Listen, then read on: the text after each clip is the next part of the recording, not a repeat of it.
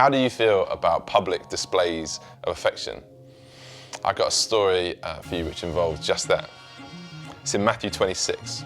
I'll just read it through and we'll react as we go along. But if you're uncomfortable with PDA, this is a trigger warning, okay?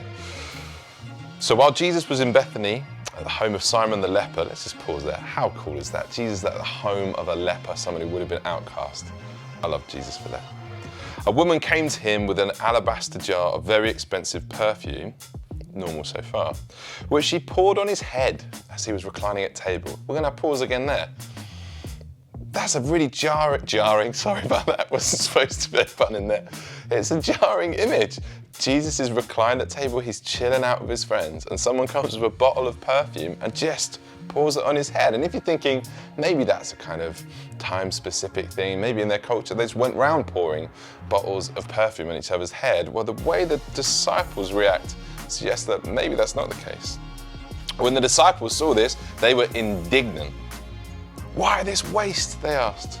This perfume could have been sold at a high price and the money given to the poor. Now you can hear how right the disciples think they are, can't you, in that statement? Oh, it could have been sold and given to the poor. But listen to what Jesus says. Aware of this, Jesus said to them, why are you bothering this woman? She has done a beautiful thing to me.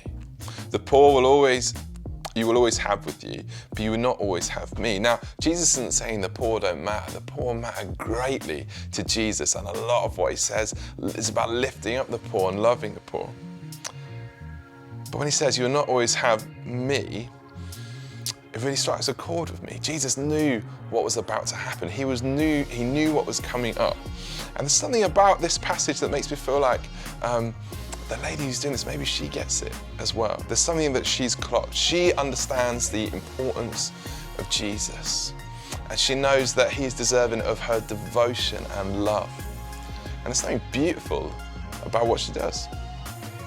Jesus carries on, when she poured this perfume on my body, she did it to prepare me for burial. Truly I tell you, wherever the gospel is preached throughout the world, what she has done will also be told in memory of her.